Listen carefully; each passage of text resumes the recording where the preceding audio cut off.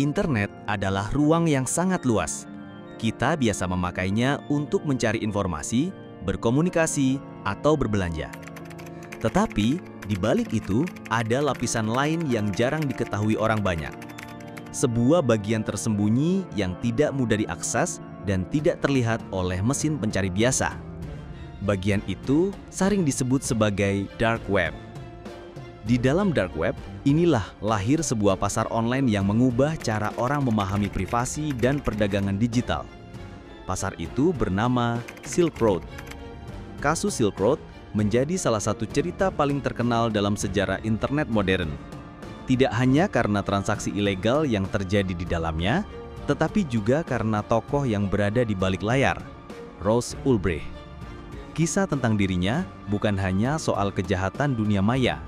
Ini adalah cerita tentang ambisi, kebebasan, teknologi, dan konsekuensi hukum yang sangat berat. Untuk memahaminya, kita perlu melihat siapa sebenarnya Ross Ulbricht, apa yang ia ciptakan, dan bagaimana perjalanan hidupnya berakhir di balik jeruji besi.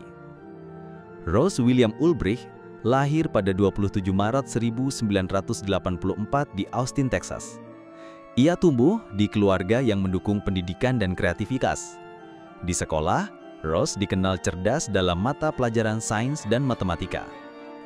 Setelah lulus SMA, ia melanjutkan kuliah di University of Texas di Dallas dengan jurusan fisika. Pada tahun 2006, ia lulus dengan predikat cum laude.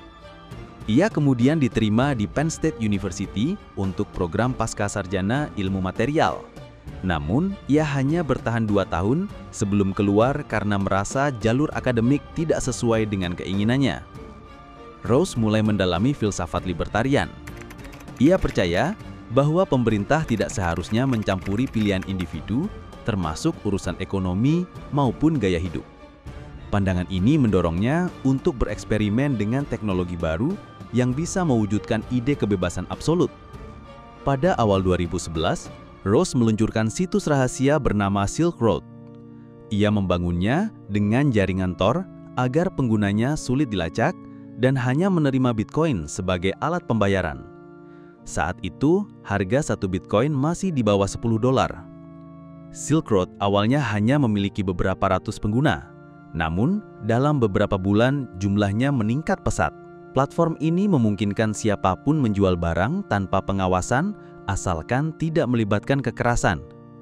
Tetapi kenyataannya, lebih dari 70% produk yang tersedia adalah narkoba, mulai dari ganja, kokain, ekstasi hingga LSD. Ross menggunakan nama samaran Dread Pirate Roberts. Dengan identitas ini, ia berperan sebagai admin sekaligus figur ideologis yang mengatur aturan di pasar gelap tersebut.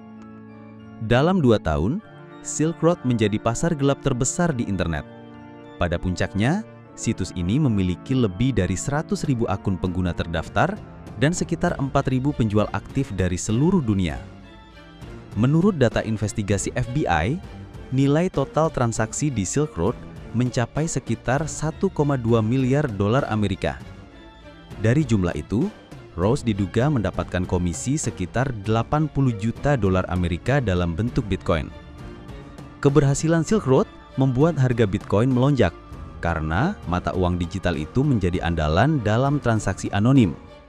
Di sisi lain, Silk Road dianggap sebagai eksperimen ekonomi bebas. Namun, di sisi lain, banyak pihak melihatnya sebagai pasar narkoba global yang semakin sulit diberantas. Otoritas Amerika memandang Silk Road sebagai ancaman besar. FBI, DEA, IRS, hingga Homeland Security terlibat dalam penyelidikan. Proses perburuan berlangsung hampir 2 tahun. Para agen mempelajari pola komunikasi, transaksi Bitcoin, hingga kesalahan kecil yang dilakukan Ross. Salah satunya adalah posting lama di forum internet pada 2011, di mana Ross tanpa sengaja mencantumkan alamat email pribadinya saat mempromosikan Silk Road. Pada 1 Oktober 2013, FBI menangkap Ross di Perpustakaan Umum San Francisco. Saat ditangkap, laptopnya sedang terbuka dengan akun admin Silk Road aktif. Di dalamnya terdapat catatan pribadi, instruksi kepada moderator, dan bukti transaksi bernilai jutaan dolar. Penangkapan ini menutup babak pertama perjalanan Silk Road.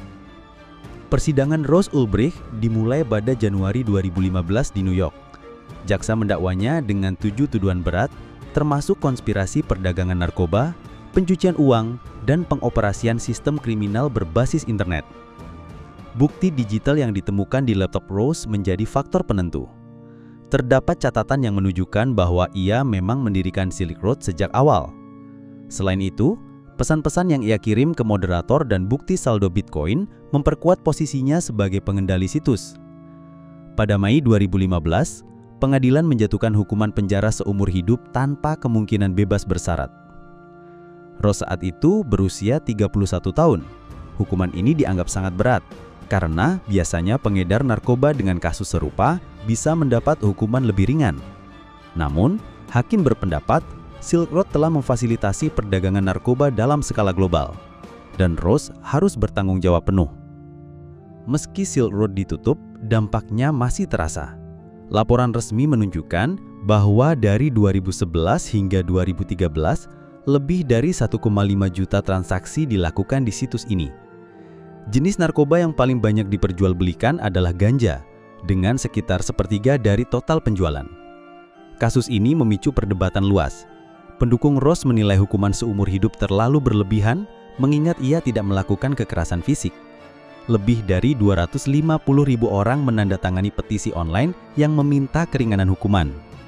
Bahkan, tokoh-tokoh terkemuka dalam komunitas teknologi dan hukum ikut bersuara. Namun, banyak pihak lain yang berpendapat sebaliknya. Mereka menilai Silk Road telah mendorong peningkatan penyalahgunaan narkoba dan memperburuk masalah kesehatan masyarakat. Bagi mereka, vonis Ross adalah bentuk peringatan keras terhadap siapapun yang mencoba menciptakan pasar gelap digital serupa. Kisah Ross Ulbricht dan Silk Road menjadi salah satu cerita paling terkenal dalam sejarah internet modern. Dari seorang lulusan fisika, ia berubah menjadi pendiri pasar gelap bernilai lebih dari $1 miliar.